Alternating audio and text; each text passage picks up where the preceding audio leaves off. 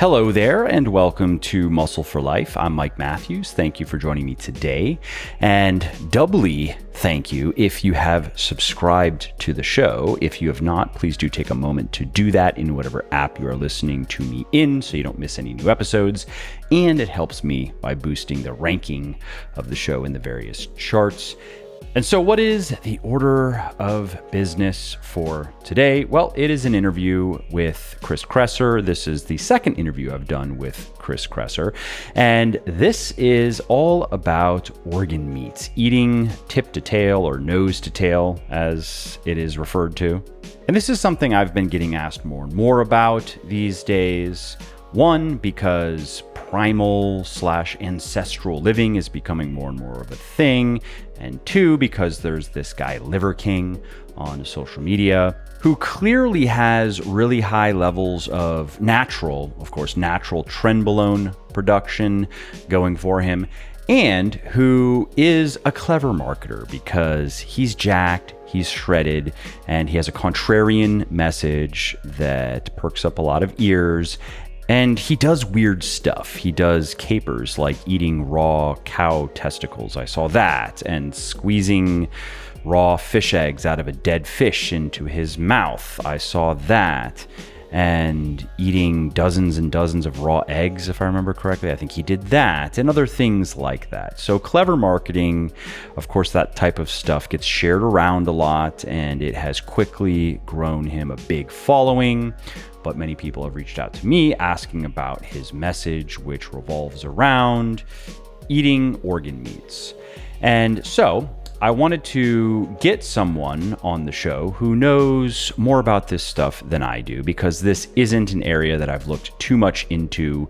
I could give you a basic rundown of some of the benefits of including organ meats in your diet. However, I wanted somebody who could come on the show and go into more detail about some of the claims that are made for eating organ meats. Some people say that you shouldn't because they're reservoirs of toxins and they should not be consumed at all. Others say that you can not only survive by only eating organ meats, but it's actually better than eating a balanced, nutritious diet. It is better to drop all of the plants out of your diet, drop everything out of your diet really, and just eat organ meats.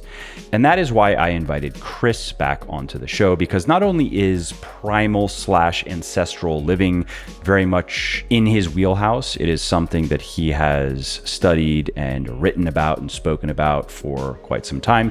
He is also one of the most well-known names in the world of functional medicine, which I understand is controversial, like chiropractic care, for example, but I do not believe that all functional medicine practitioners should be labeled as quacks, just as I do not believe that all chiropractors should be labeled as quacks. There are many smart, evidence-based people in functional medicine and in chiropractic. And I do think Chris is one of the good guys. And he's also a New York Times bestselling author. He has a very popular podcast of his own called Revolution Health Radio. And the last time I had him on the show, it was about the Game Changers documentary, which is full of nonsense and propaganda. And Chris did a very good job breaking that down. And so if you want to learn about organ meats and what makes them healthy and why you should consider including them in your diet and how you can do it without throwing up, then this podcast is for you. Did you know that you don't need supplements to build muscle, lose fat, and get healthy? That you don't need any pills, powders, and potions whatsoever if you know what to do in the kitchen and in the gym. You can get into fantastic shape without supplements and stay that way for the rest of your life. But if you have the budget and if you have the inclination, the right supplements can help. And that's why over 300,000 discerning fitness folk have chosen my sports nutrition company, Legion. Well, that's not the only reason why they chose us. They also chose us for our 100% natural and science-based formulations, our fanatical customer service, and our no-hassle 100% money-back guarantee. Now, what do those things mean exactly? Well, by all natural, I mean every product of mine is 100% naturally sweetened and naturally flavored and contains no artificial food dyes or other chemical junk. And by science-based formulations, I mean that every ingredient in my supplements is backed by peer-reviewed scientific research demonstrating clear benefits, and every ingredient is included at clinically effective levels, which are the doses used in those scientific studies. And I like to say that we are fanatical about our customer service because our policy is to do whatever it takes to not only make our customers happy, but to help them reach their fitness goals. That's why, for example, everyone on my customer experience team is a certified personal trainer, and they are there to not only answer product-related questions and help people with their orders, but also to answer any and all questions they might have about diet and about training. You know, the questions that are actually more important than the questions about supplementation. And our money-back guarantee is really simple. If you don't absolutely love our stuff, you let us know and you get a prompt and courteous refund. No forms, no return is even necessary. So if you want to add some all-natural, science-based supplements to your regimen that can help you build muscle, lose fat, get healthy, you want to try Legion today, just head over to buylegion.com, BUYLegion.com. And if you use the coupon code MUSCLE at checkout, you will save 20% on your first order. And if it is not your first order with us, you will get double reward points on that order. So you will get 10% cash back instead of 5%. And remember, if you don't absolutely love our stuff, just let us know and we will give you your money back. No questions asked, or we will send you something else if you'd rather try something else. So you really have nothing to lose. Go to buylegion.com now, use the coupon code MUSCLE at checkout to save 20% or get double reward points if it is not your first order, and try my supplements risk-free. Hey, Chris, Happy New Year, and welcome back to my podcast. Hey, Mike, good to see you again. Happy New Year to you. Yeah, absolutely. So we are here to talk about something that I've been getting asked more and more about recently because of this Liver King guy, and that is organ meats. How important is it to eat organ meats? If you only eat organ meats, if you eat enough of a variety of, if you eat tip to tail, as they say, can you just do away with plant foods altogether? I get asked that. I get asked, okay, if maybe you don't need to go that extreme, are there any real health benefits to incorporating organ meats into, let's say, a well-designed, nutritious diet that obviously has a lot of plant-derived foods? And I think those are a few of the big questions that we can start out with. And I would love to hear your thoughts on this. I don't know if I would call it a movement, a phenomenon, maybe, and how legitimate are a lot of the claims being made to sell people on it? Yeah, good questions. And I mean, it's really actually a modern resurgence of a traditional dietary pattern that humans and hominids followed for the vast majority of our evolutionary history. There have been several studies done. There aren't many traditional hunter-gatherer cultures left, unfortunately, in the world. But there were still throughout the 20th century and all the way up into the 60s, 70s, and 80s, there were still some extant hunter-gatherer societies that were largely following their, the same kind of dietary patterns that they've followed for thousands of generations. And almost all of these cultures that have been studied ate nose to tail.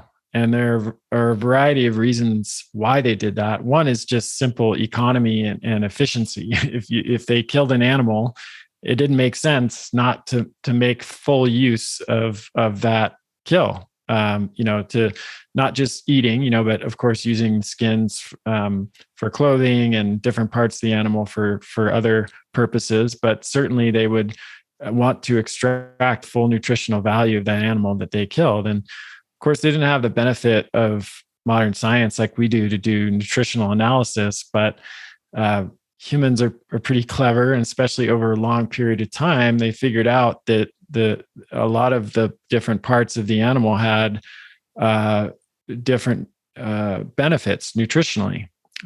So Weston Price, who was a dentist back in the early 20th century, he was starting to notice that people's teeth were in the West were really unhealthy. They were rotting, and just there was a lot of tooth decay. There was a lot of facial degeneration, and so he set off around the world to study traditional cultures and traditional diets, most of whom, by the way, had beautiful teeth, wide dental arches, and their faces looked really different than people in the West.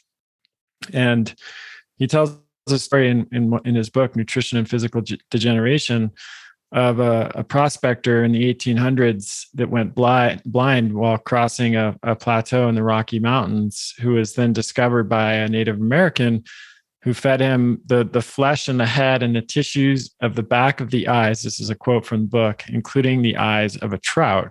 And within a few hours, the prospector's vision or sight began to return. A few hours after that, his sight was normal.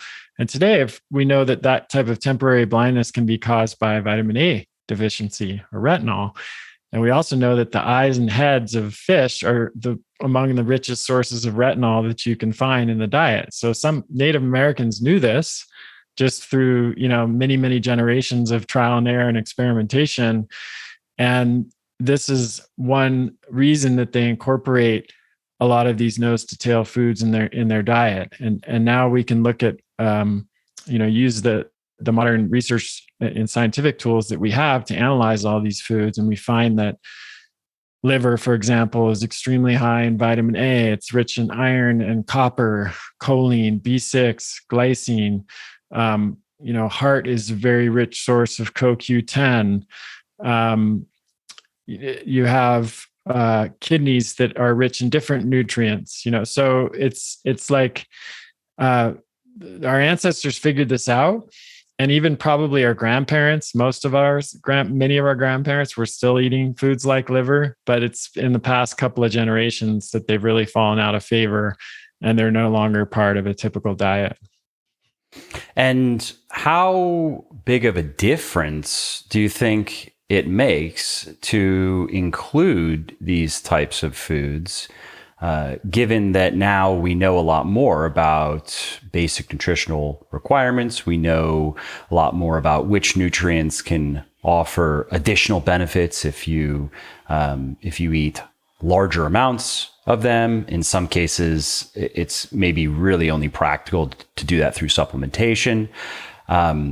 And that we know you can get these nutrients from many different types of foods. For example, a lot of plant-derived foods. But are there some unique benefits that do you think? Yeah, several actually, and here's where some of the biochemistry becomes important. Let's take vitamin A, which I mentioned, so liver. If you look at So first of all, let's start with the definition. Vitamin A is not the same thing as beta carotene. So when you look at a nutrition label, unfortunately they're conflated. Like if you on a carrot, it'll list vitamin A, but that's actually beta carotene. Beta carotene is a precursor to vitamin A. In humans, we can convert some beta carotene into retinol, which is the active form of vitamin A. But that conversion is very inefficient. So it could be as low as 3 to 5% in the case of beta carotene that you might eat from a raw carrot that actually gets converted into retinol. Retinol, active vitamin A, is what really fulfills a lot of the important functions of that vitamin. So you could be eating plenty of plant sources of beta carotene, red peppers, carrots, etc., and you could still be vitamin A deficient, even if you're getting more than the recommended dietary allowance of beta carotene. If you look at the vitamin A content of typical foods, for example, carrots have no preform retinol or active vitamin A. Apples have none. Even a red meat, just like lean kind of muscle meat that you would get, like a steak, has about 40 IU of retinol. 100 grams of beef liver, the same amount, has 53,000 IU of preformed retinol. So that is, we're talking about orders of magnitude difference there. Cod liver oil, which is a supplement that has gained some recognition over the past 10 years. And again, something that often our grandparents, unwillingly took or was forced into their mouth if they were sick. But there was some wisdom to that because, just a half teaspoon or a teaspoon of cod liver oil is a very, very rich source of vitamin A and also a good source of vitamin D. So that's a good example of a situation where it's actually not very easy to replace that amount of vitamin A with plant foods or even with other animal foods that are muscle meats or lean parts of the animal, simply because there's such a vast difference. And do you think that you can't reach sufficiency through various carotenoids? I mean, it doesn't have to just be beta carotene, right? Yeah, there are a bunch of different carotenoids, but they all suffer from the same conversion problem. So the question of whether someone can reach sufficiency is fairly complex. Is it possible? Absolutely. Many people do. Is it likely or is it universal? Those are different questions. So, and they depend on a lot of different factors. So that conversion process that I mentioned, where beta carotene gets converted into retinol, active vitamin A, depends on other nutrients and cofactors and enzymes. And so and it also depends on genetic factors. So let's take somebody who genetically is predisposed to not making that conversion very well. And then let's say that they're also not getting enough of the other cofactors and cofactor nutrients that are required for that enzymatic conversion. Then that person could very well develop a vitamin A or retinol deficiency, and they likely won't know it. At least not for some period of time. They might develop some bumps on the under part of their arm. That's one sign of suboptimal retinol intake. But they're generally, unless it's severe, they're probably not even going to be aware of that. On the other hand, you can take someone, some of those, the people who tend to be successful on vegetarian or even vegan diets, genetically, I suspect that genetically they're very efficient at making that conversion, and they're doing a good job of getting enough of all of the other cofactor nutrients as well. So there's always those people out there who are able to do it, but I would say they're probably not the norm. Most people, I think, do benefit from eating some preformed retinol, and organ meats are not the only way to do that, but they are one of the easiest and sort of most bang for your buck ways of doing that. So, for example, you really only have to eat 1 to 2 3-ounce servings of liver a week to reap the benefits, because that's how nutrient dense it is. It's generally that was going to be a follow-up question, because people also ask me about that. Like, how much of this stuff should I eat? Because I've heard if I get too much retinol, that's bad. That's true. You can overdo it with retinol. Also, liver is such an incredibly high source of iron. Again, to put it in perspective, with apples and carrots, you get 100 grams of apples, 0.1 milligrams of iron, carrots, 0.6, even red meat, muscle meat, 3.3, livers, 8.8. Only clams and oysters are as high or higher at, per 100 gram serving. So if somebody has iron overload, which is not uncommon, actually, it's one, the genetic polymorphisms that lead to excess iron are among the most common in North America. You wouldn't want to be eating liver every day, because that could push your iron levels too high. It could also potentially push your vitamin A levels too high. So I think of it as almost like a medicinal food, in the sense that it's almost like a supplemental food. Yeah. I mean, like, here's a couple ways you could do it, and that a lot of people do it. Is you take 3 ounces of beef liver and you chop it up and you mix it with a couple pounds of ground beef, and then you season the ground beef, and then you eat that beef throughout the week. Or if you're single, or maybe you cook it for your family if you have a family. That's a pretty simple, low lift way to get some organ meat in your diet. And that's about the amount that we're talking about. We're not talking about sitting down, eating liver and onions for breakfast every day, which most people will be get the relieved picture to of hear. of the Liver King guy holding the huge animal liver, and then Yeah. probably eating it raw. I don't know. I saw him Yeah. eating, what was No. it, like testicles raw or something, social Yeah. media. No, I mean you can really go overboard with this stuff, and that's not generally what I'm suggesting. And also, the taste and texture of liver are distinct. Let's not kid ourselves. There, some people are fine with it and they like it, but I would say the majority of people.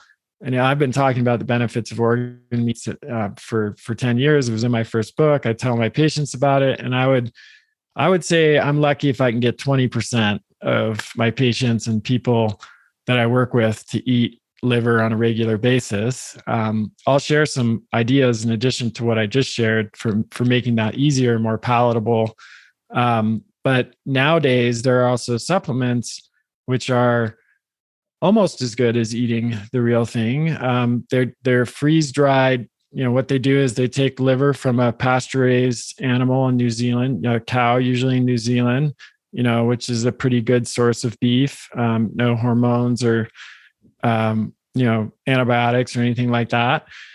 And then they freeze it, and then they desiccate it in, which basically means turn it into a powder. And then they put that liver powder into capsules, and then you can take the capsules every day. So it's about as close to eating liver as you're going to get. It's a whole food supplement, so to speak, and you get a lot of the same benefits of doing it that way without the the preparation and eating of liver. So yeah, liver is typically talked about as one of the most important. I think another point I want to make about why it's important is nutrient balance. So all of the different foods we eat have different nutrients, of course, and lean meats are pretty rich in methionine, which is a certain amino acid that makes up protein, and can be rich in certain B vitamins. Decent source of iron, phosphorus and things like that. But muscle meat is generally not a good source of choline, glycine, some B vitamins or vitamin A or vitamin D or K2. And those are all really important nutrients. And let's just take the ratio, the relationship between methionine, which is in lean muscle meats and egg whites and things like that, and then glycine and choline, which are in and B12 and folate, which are in liver.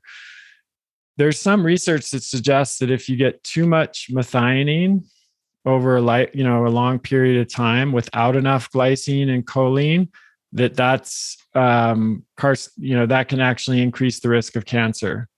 So if you have a really high intake of methionine and that's not balanced out by B12, B6, folate, choline, and glycine, then there is some concern about increased cancer risk. And I think that actually explains some of the observational studies that do show some correlation of cancer risk with meat. It's not about the meat itself, it's about nutrient balance. So I think this is just a good way of helping to avoid unintended outcomes, over our lifetime, just making sure that we're getting this full balance of nutrients and eating in a way that humans and our ancestors have eaten for thousands of generations, because there's some wisdom there. It's only one consideration. We should never look at ancestral diets and just try to replicate them just because our ancestors ate them. But when we see a dietary pattern that's consistent across multiple cultures, multiple times, all around the world in different geographies, it should at least generate questions for us about why that is. What is it about this diet pattern that made sense for humans for thousands and thousands of generations? Yeah, and I think that makes a lot of sense, and it would be naive to think that because our ancestors ate a certain way, which I'm sure that this is. Well, I know you know this because you are not a plant avoider, but it also included grains and other plant foods. It wasn't just meats. There's a bit of a mythology there that helps sell something like the carnivore diet. And if you want to sell people on something, if you can appeal to history or science, those are probably two of the most effective tools you can use to persuade people. And if you can persuade people that something has history and science on its side, you're going to get a lot of buy-in if you are a good persuader, right? But those appeals work quite well.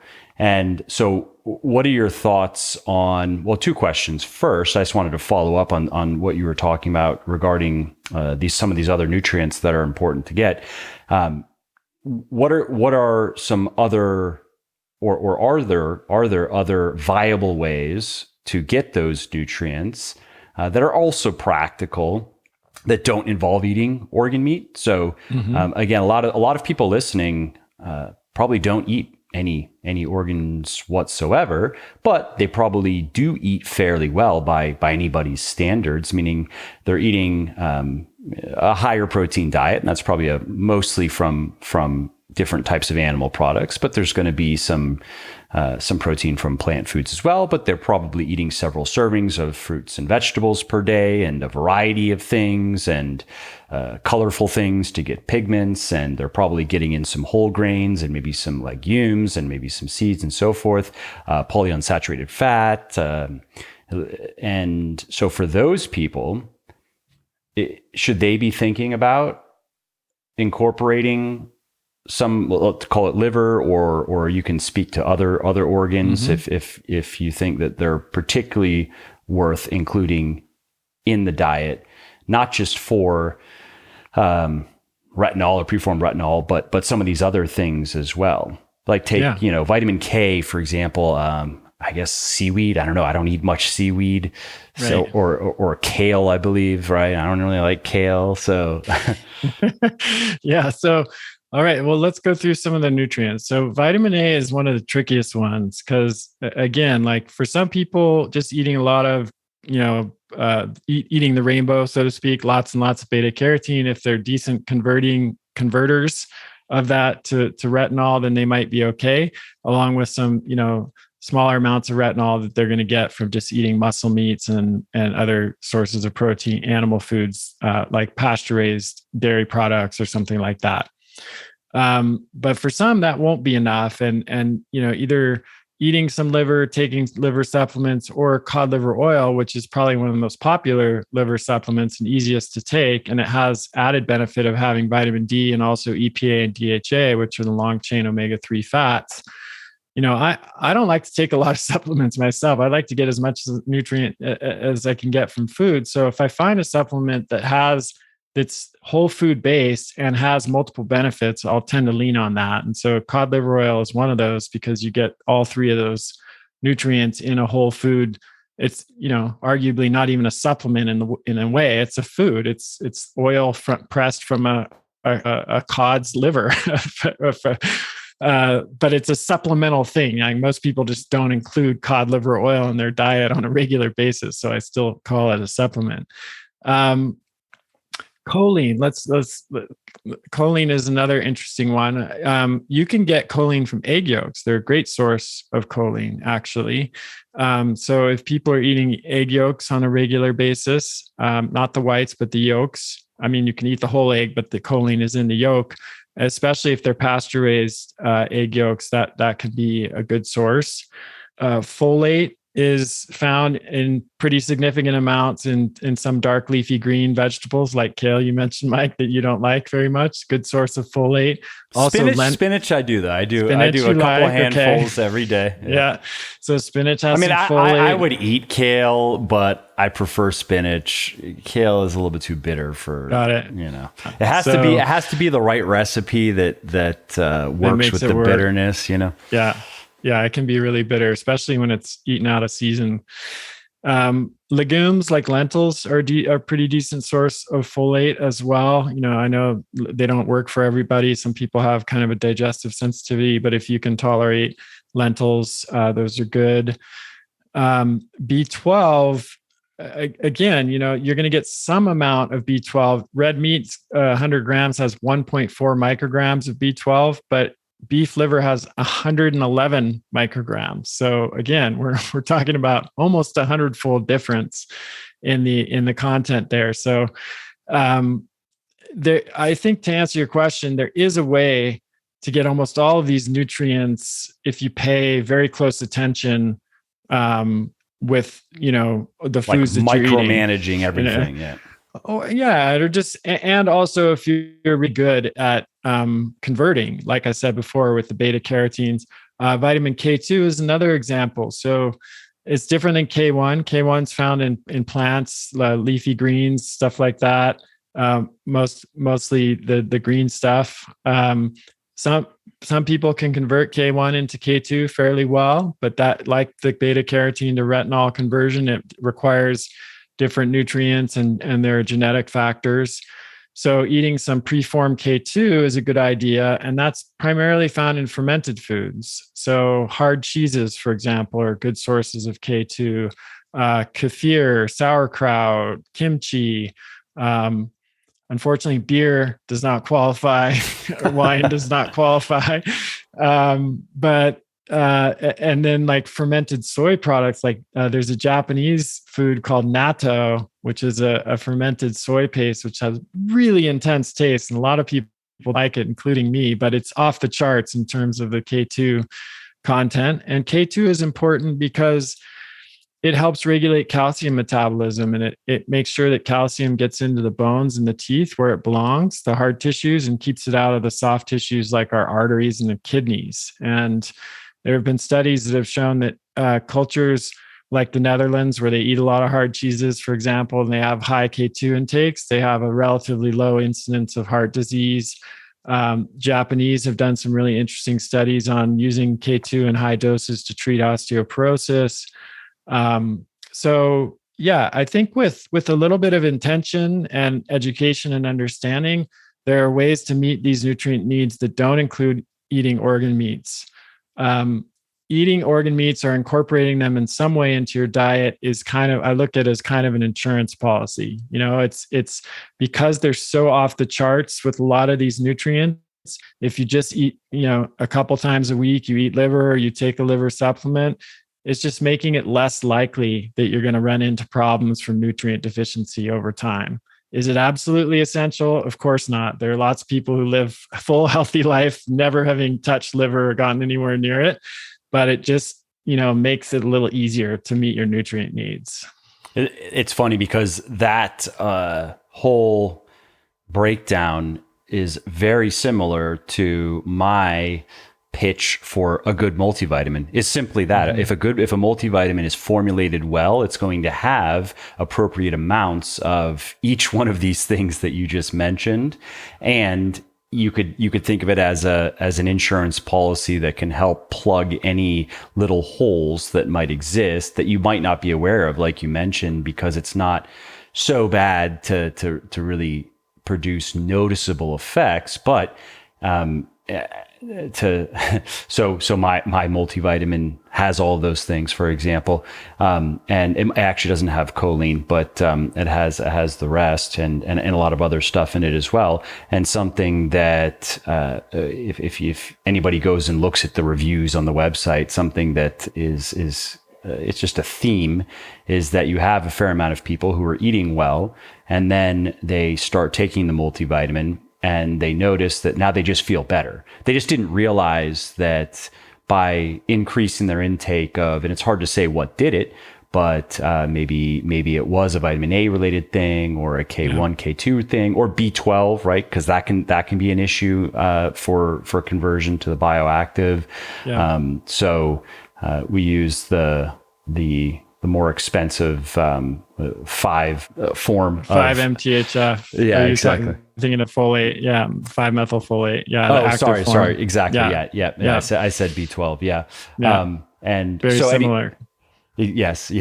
And so anyway, so my point is just that it doesn't, not that people need to take a multivitamin, but that's why I do, and that's why I think it's smart to do that, because I am actually pretty fastidious about my diet. I have given some thought to the different vegetables that I eat, for example, and the fruits that I eat and everything that I eat, but there are things that I just don't really like to eat. And so I'm willing to go to a certain point with that. And so I add a supplement to get enough of some of these nutrients that I know I'm not getting much of.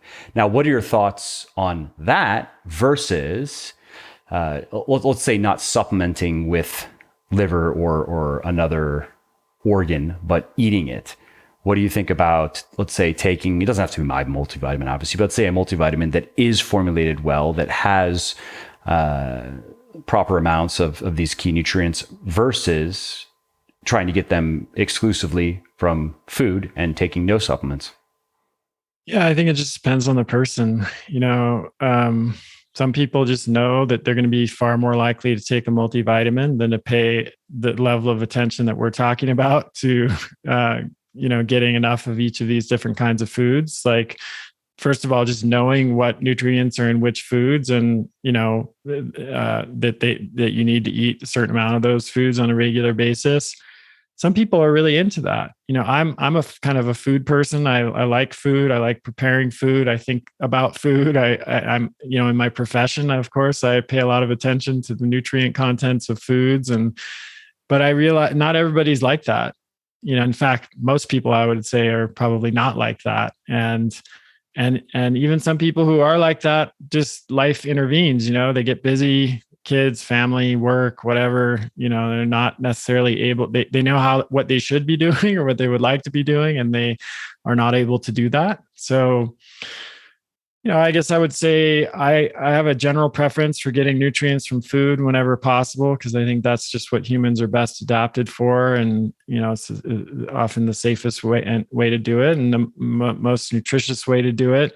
But we don't live in an ideal world, and there are a lot of reasons. We don't all have personal chefs to exactly to make the liver and the. We don't. Yeah, and like I said, even when you know what to do and what you should be doing, it's often a challenge to do it. So I think, making an effort to do the kinds of things that we're talking about, like, eating some organ meats. We haven't talked much about bone broth and other nose to tail additions, but like bone broth is great. It's a great source of glycine, which I mentioned before. That's another amino acid that balances out the effects of methionine.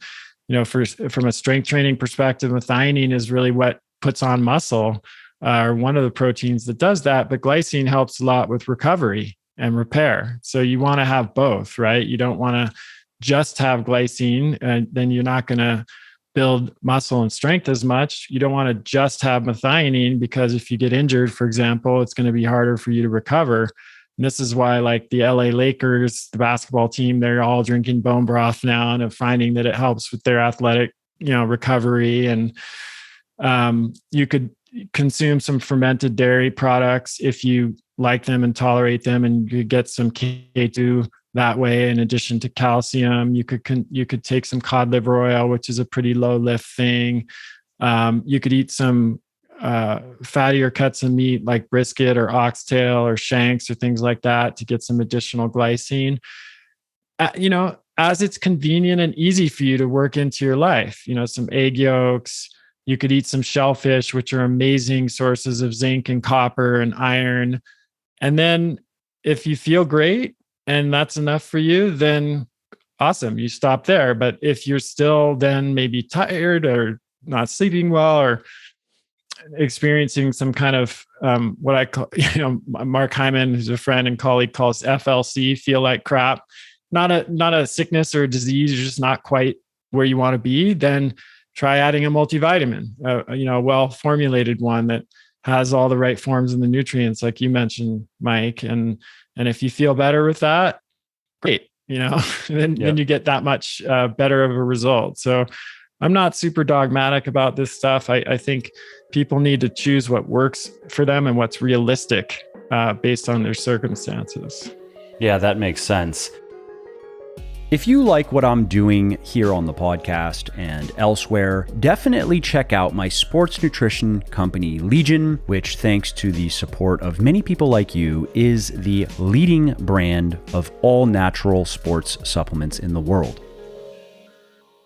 What do you think about plant avoidance? Because that's a big part of this whole topic. There's the carnivore diet, and that's something that it's probably been a couple of years. When it was first coming into its own, I put some time into writing a long form piece on it that then I spun into a podcast, and I haven't paid too much attention to it since because it was so ridiculous to me at the time, but it's probably even more popular now. Certainly, if I were to look in Google Trends, I don't think it's going down. What are your thoughts on that and the claim that if we are willing to eat enough of, I don't know, I mean, there might be carnivore people out there saying, nah, just eat like steaks and hamburgers and you're fine. But what about the people who are saying, okay, well, you can't just eat steaks and hamburgers, but if you eat nose to tail, if you're willing to eat enough of these things that you've been mentioning, these different types of meat, organs, then you don't have to eat any plants. Yeah. So, and I guess the pitch is probably that it's even better, actually, right? Because it's not a sexy pitch if it's like, well, you'll get the same result, but you have to eat all this weird stuff. Well, they argue that plants are toxic. And so they're definitely not just saying it's, you're just saving the trouble of preparing vegetables. They're saying you're going to feel better because you're not eating toxins. That's really actually the core argument. And as with most of these kinds of arguments, there is a kernel of truth in them. If there wasn't, it would just be dismissed outright. Nobody would take it seriously at all. But it's true that plants have toxins. That's how plants defend themselves. Animals can run away or fight. Plants produce toxins. That's, any biologist will agree to that and tell you that that's true. The question is the level of toxin that's in broccoli or kale or whatever harmful to humans? Because we are constantly exposed to toxins in our environment. Water can be toxic at high enough doses and kill us. So the question is not whether there's any compounds that have potential toxicity in them. The question is whether the level of that toxicity is problematic for human health, and even more, does the nutrient value of those plants far outweigh, whatever potential downside they might have in terms of plant toxins that they contain? And come back to that. I want to start by And then also what happens to some of these things when you cook food as well. Exactly. What methods of preparation do to the levels of toxins in these plants. And that's quite significant in most cases. So, and I'll use an example of that. But just kind of zooming out a little bit and going back to the ancestral lens, again, it's not the only lens we should be looking at, but I think it's a good one for generating hypotheses, right? And so if we look at every traditional diet of every traditional culture that's been studied, and we see that not a single one of them was all plants, or not a single one of them was all animal foods, then we would have to at least question a strategy that advocated for an exclusive plant, composition of the diet, or an exclusive animal composition of the diet. And we would have to say, okay, on what basis are we advocating for this as a theory if we have no examples of any human cultures that have ever followed that approach? Like we're starting from below the line, as if it never occurred to them to even try that. Exactly. And on the contrary, you see cultures that have like a primary animal focus in their diet go to great lengths to obtain what little plant foods they can. Like the Inuit are often used as an example of culture that primarily consumed animal foods. Well, guess what? As soon as they can get their hands on some blueberries, they eat them. It's not like they're just eating animal foods because that's their dietary philosophy. It's because they live in the North Pole, in the Arctic, and there's not a lot of plants growing there for the vast majority of the year, and they do whatever they can to trade for and eat those plant foods, and vice versa. Cultures that are eating a higher proportion of their calories as plants, they'll trade for high value animal foods like shellfish and things like that, because animals and plants have different nutrients that are important to human health. And so animal foods are definitely higher in what we call essential nutrients. So these are nutrients that we've known about for a long time that we can't produce on our own inside our bodies, and that we have to obtain from the diet. So they're vitamin B12, vitamin A, the preformed vitamin D, zinc, iron, minerals like that. So they're really crucial to our health. We need them, and animal foods are often the best source of those essential nutrients. But there's another class of nutrients that has not been, we've only been aware of their importance really for the past maybe 50 years, and even more so in the past 2 to 3 decades. And these are things like carotenoids, which we talked about a little bit: beta carotene, lycopene, lutein, zeaxanthin, and then polyphenols, flavonoids, lignans, plant sterols and stanols, isothiocyanates and indoles, prebiotic fibers, which we know are really important for not feeding us, but feeding the beneficial bacteria in our gut. Well, guess what? Those are all only found in plants. You cannot find those foods or those compounds that I just mentioned in any animal foods. So a lot of the carnivore folks will argue that those are not essential, like vitamin D or like vitamin A, and that humans don't need them. I don't think that's the case. I think there's a lot of research. That's an interesting jump to say that they're not essential, meaning, okay, fine, you're not going to die if you don't get enough. But then to say, well, therefore, we don't need them. Right. So I think when you look at both modern research and traditional diets, anthropological or archaeological research, you see that humans generally have always eaten and do best on some combination of plants and animals. And the specific combination of like how much animal food versus how much plant food, that's varied from culture to culture. You have some cultures, again, like the Inuit or the Maasai, who have a very high proportion of calories from animal food and low from plants. You have other cultures like the Tukasenta in Papua New Guinea, or the Kitavas in the South Pacific, who had a relatively high percentage of calories from plant foods and a lower percentage from animal foods. And I think you can even argue for a similar kind of individual split. Like some people feel better with a larger percentage of their calories from animals and a smaller percent from plants, and vice versa. But generally, most people do best with a combination. Now, there is a caveat to this that I have to mention, just because I'm a clinician and I treat patients, and often patients who are quite sick with very complex chronic disease.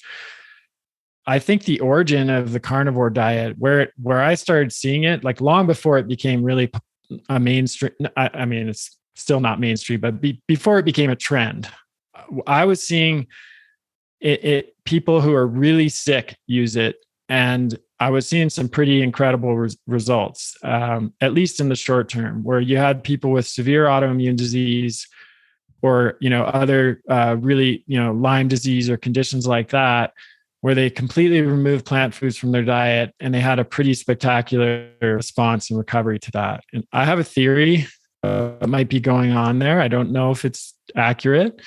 I think in a lot of those cases, their gut flora is so severely dysregulated and disturbed that intake of any fiber, which is what you're going to get in plant foods, causes a really bad reaction. And so when they remove that fiber and maybe some of the plant toxins that like generally healthy people don't have an issue with or are a bigger issue for them.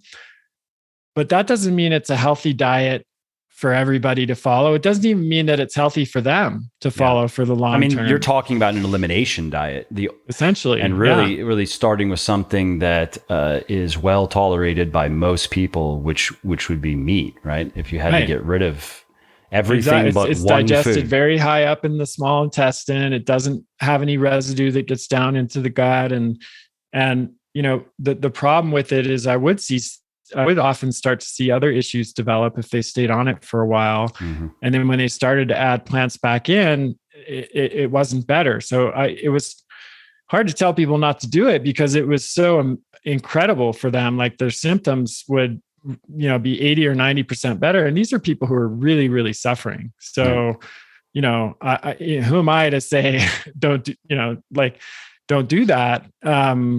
And I didn't, but I was curious about what the longer term effects would be. And I don't think we really have a lot of research to guide us on that, nor do we have historical examples that we can look at to give us any indication of what might happen there. And I just worried that it wasn't really addressing the cause of the problem, even if it was providing significant symptom relief. But again, we're talking about a very small segment of the population here, and we're not talking about what's generally healthy for the vast majority of your listeners who are tuning in. Yeah, most people are not going to derive any benefit from an elimination diet. They're not going to learn anything interesting. I've told people for some time, they've asked me about food sensitivities, for example, and these are people, they don't have any major issues. They're not sick. They're not suffering. And I've always told people, I think we can keep it simple. If you eat something and it doesn't sit well with you, if you get gassy, bloated, if it upsets your stomach, then just stop eating it. And, some people, for example, with FODMAPs, for anybody listening, if you want to learn about that, you can find, I recorded a podcast on it. You can find an article. It's a type of carbohydrate that some people can't process well, but it includes nutritious stuff. It includes beans, onions, garlic. Onions, garlic. Mm-hmm. And so I've heard from a number of people over the years who had that issue, who were very relieved to learn about it because they couldn't understand, obviously, how are they having these regular GI issues when they eat really well. And then when they removed the foods that were high in this type of carbohydrate, that was it. It resolved the issue. But again, for most people, they don't have that issue. And so it's mostly a matter of, if something bothers your stomach when you eat it, you don't even necessarily have to worry about why if you just stop eating it, and that resolves the issue. I think that's workable for most of us. Yeah, definitely. As long as you're not doing that with so many foods that you're decreasing your overall nutrient intake, at that point, it would be good to probably seek help. But if it's just, if you don't tolerate beans or legumes, well, that's a pretty common one, right? I think you can. Like my wife, peas, they just bother, they upset her stomach. So she just doesn't eat peas. Exactly. And you can eat a completely nutritious diet and be fully healthy without eating peas and in fact, without eating any legumes. Like there's nothing that you can't get, that you can get from legumes that you can't get from other foods if you eat a diverse diet. So I agree with that. And I think sometimes there can be a little bit of an obsession with testing, and a lot of the tests are not, depending on what we're talking about, are not super accurate anyways. So at the end of the day, your body is the final arbiter. If a test tells you, for example, that you're not gluten intolerant, but every time you eat gluten, your body freaks out, then does it really matter what the test says? Like at the end of the day, you're the one who has to live with that. So I think that's an important point to remember. And for the carnivore, for the people who are getting into it because it sounds interesting to them, or is it? I guess for some people, I've heard it is just plant avoidance. It's I don't like vegetables, and this dude is telling me I don't have to eat. I don't have to eat my vegetables. Yeah, oh my correct. God. Yeah, that's it. Like I don't have to. This guy, he's a doctor. He says I don't need to eat vegetables, and he says, in fact, if I stop eating vegetables and I start eating all this other delicious stuff that I like to eat, I'm going to be even healthier. It can be hard to change that person's mind because they are being told what they want to hear. Right. And, so it's interesting to have some of these discussions with people where, a lot of the stuff we've been talking about here is kind of boring. It's kind of unsexy. It's what everybody's been saying for a while, or at least the basic philosophy has not changed all that much. And it won't. It'll evolve for sure. But I highly doubt in our lifetimes there's going to be a point where credible experts are going to say, you know what? We had it all wrong. Throw away the vegetables, throw away all the plants, just eat these specific organ meats and these other animal products. But if you have to prepare them maybe in a certain way, or you have to combine them with these other weird substances. It's just not going to happen. Yeah. And that's always going to be niche too, because there are people who are that opposed to eating plants, but I would say they're even in the minority. Most people like to have at least a little bit of plant food in the diet, like a piece of lettuce and a tomato on their burger, or some blueberries or fruits, or I guess for many people too, it's about weight loss, right? Right. And if their calories come down enough because now they can't eat all their delicious carbs anymore, and they don't fill up their energy expenditure with fatty meats and stuff, and then they see that, and then that excites them, and I understand that. It's one way of going about it, I suppose. Yeah. So I mean, I know we're probably getting close to time here, but just a few like simple ideas, I think, to bring this home for people. Again, it does not have to be crazy. We're talking about like have some soup a couple times a week with homemade bone broth, or you can get good bone broth in the store now. Kettle and Fire is a great brand. They simmer it for 24 hours. It's got all the glycine and collagen stuff in there. You can use bone broth to really enhance the flavor of a sauce that you might make, or stew. Sometimes if we cook rice, we'll cook it in bone broth. There's just like really easy things you can do, and that will help get you some more glycine and collagen. If you want to, you can use, like I said, 3 ounces of beef liver, mix it with some ground beef. When you cook ground beef and have tacos or whatever you're going to do with that ground beef, it can be a pretty simple, easy way to do it. Make sure, eat some egg yolks throughout the week. That's going to get you choline. It's a really good source of choline, second only to liver. If you don't want to eat liver, you could take cod liver oil on a daily basis. It's pretty easy to do. Comes in capsules now. So if you don't like the taste, and then work some fermented foods into your diet: sauerkraut, kefir, kimchi, hard cheese. If you tolerate dairy, that's good for K2 and other nutrients. And then if you're eating meat and animal products, maybe occasionally have some stew or some brisket or chuck roast, or like a fattier cut of meat that has some collagen in it, instead of just the 98% lean ground beef, or, super lean steak. It's really as simple as that. That's the level that we're talking about here. And it should enrich your diet and make it feel better and more interesting and more delicious. It shouldn't feel like a chore. That's a great summary, and you've inspired me. I'm gonna expand my palate a little. I'm gonna expand my meat horizons. I tend to go for I'll eat a bit of chicken, and I'll eat a bit of lean ground beef, but I haven't had liver in a while, so I actually don't even remember what it tastes like. So I'll find out. Yeah. I'm Let me thinking know. maybe, Let me know, Mike. What do you think? maybe I can get away with it in a stir fry, but I don't know. Maybe it's so gross that it's going to ruin the stir fry. We'll see. It really depends. I would try some before you put it all throughout the stir fry. Oh, I'll eat it regardless. As long as I'm not throwing it back up, it's going down. So all right, the question is, do I do it again? Yeah. Well, let me know how it goes. I'm curious to hear. I will.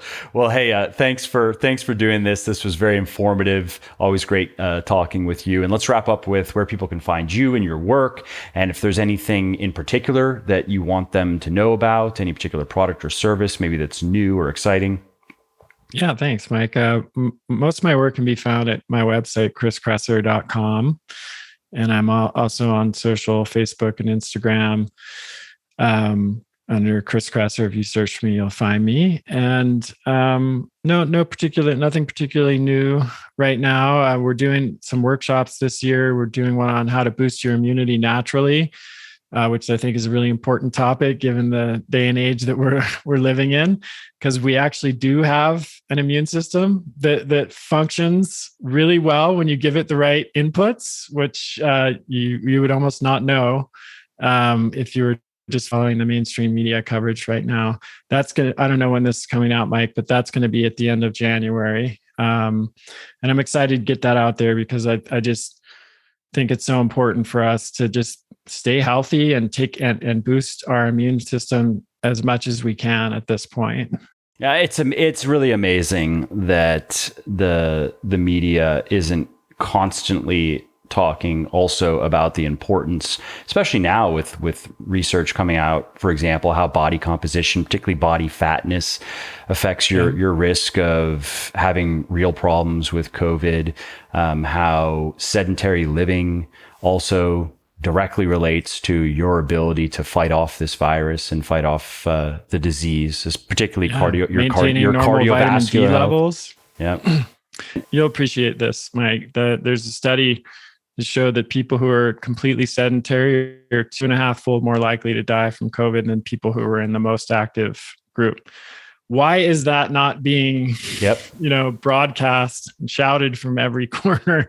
Then we have studies like almost 100 studies now on vitamin D, taken and meta-analyses that show that people who are deficient in vitamin D have a 2.35-fold higher risk of death, a 2.6-fold higher risk of severe COVID.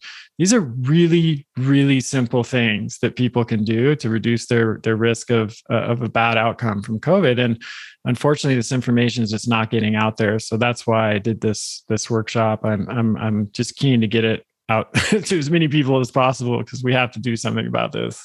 Yeah, I have a note too. I wrote an article, it might have been 6 to 8 months ago, regarding COVID, and I got into a lot of data and more of a risk analysis, and was explaining to people why I myself could care less about it for my own personal health, or I guess the saying should be couldn't care less for my own personal health, right? And then ironically after then I had gotten it, and shocker, I barely even noticed. I think I was congested for a few days.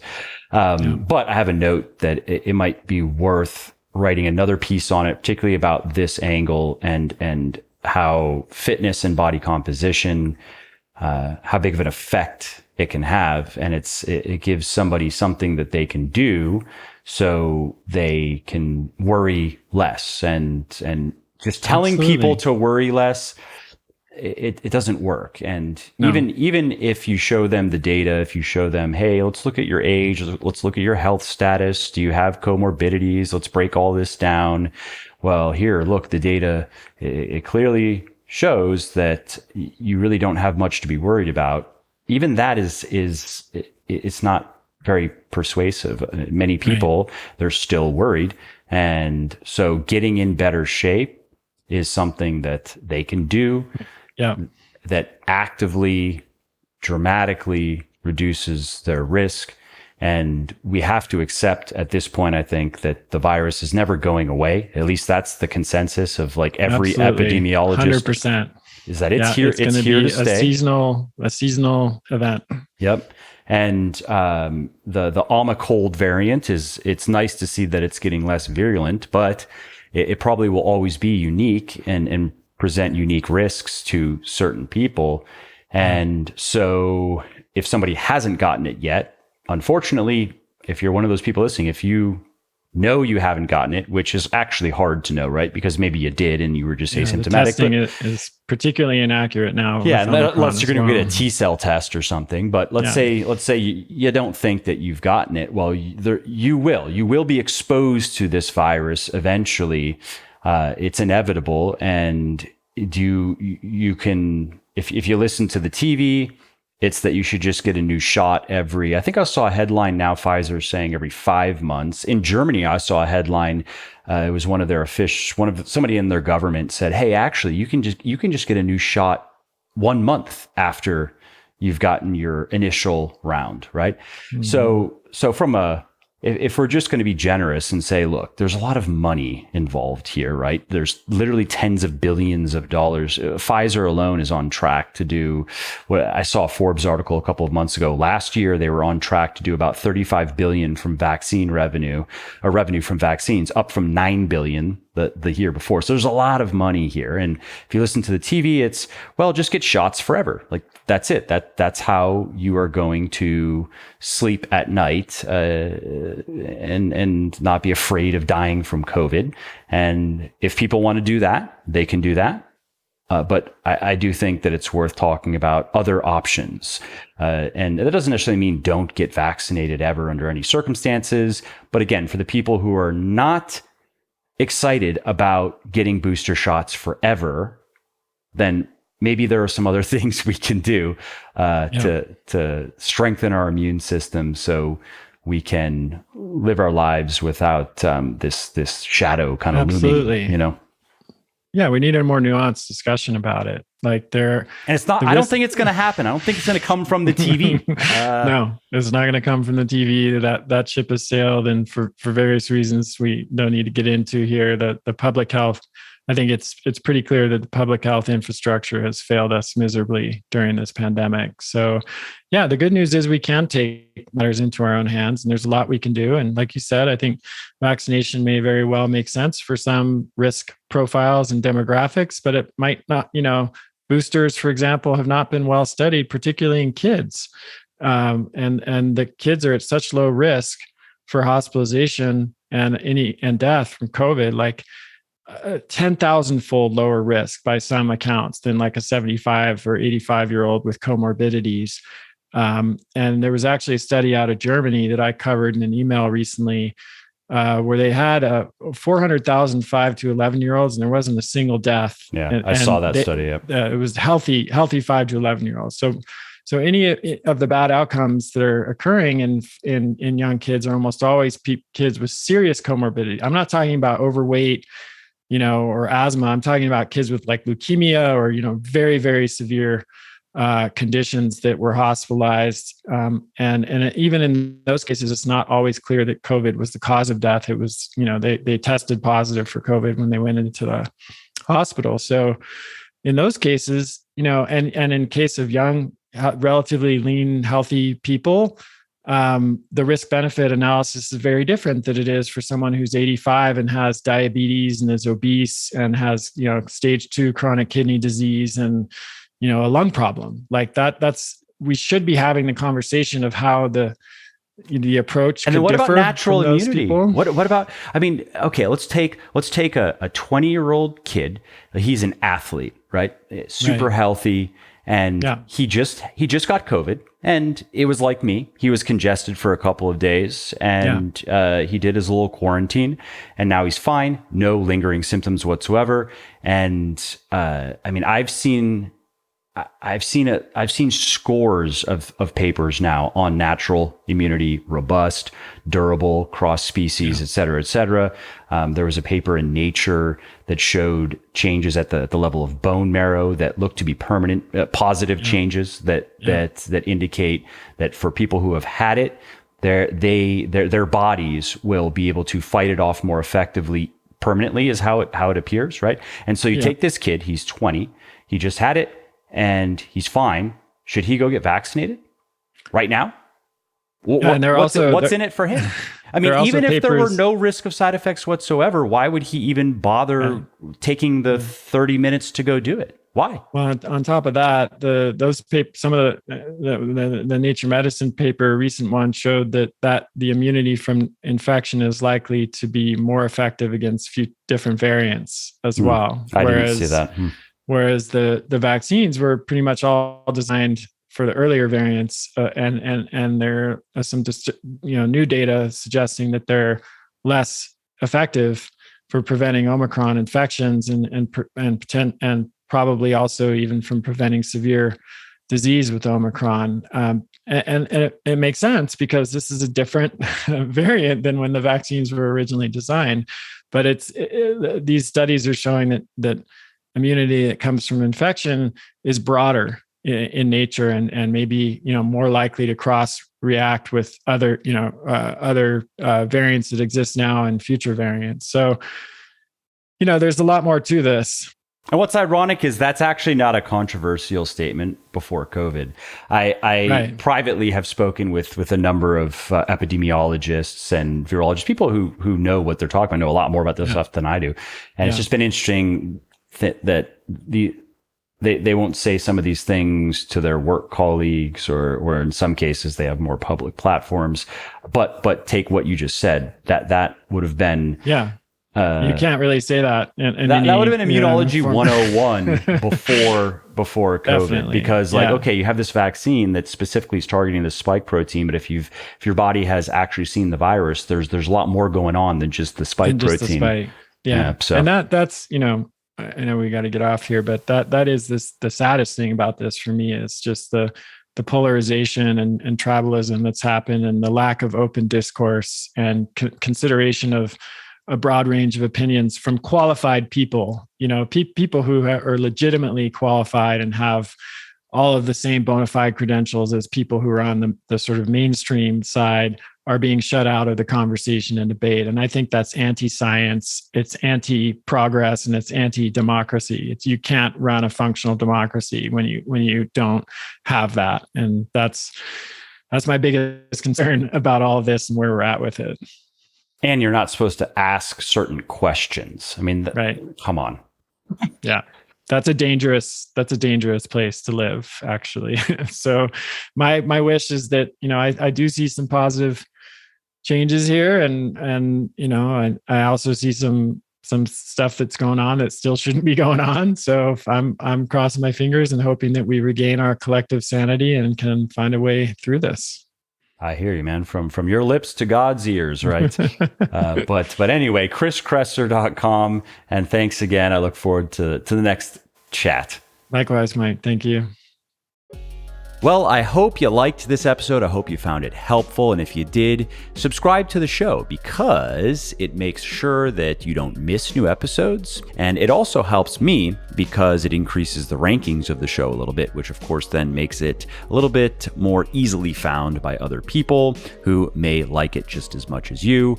And if you didn't like something about this episode or about the show in general, or if you have ideas or suggestions or just feedback to share, shoot me an email, mike@muscleforlife.com, muscleforlife.com, and let me know what I could do better, or just what your thoughts are about maybe what you'd like to see me do in the future. I read everything myself. I'm always looking for new ideas and constructive feedback. So thanks again for listening to this episode, and I hope to hear from you soon.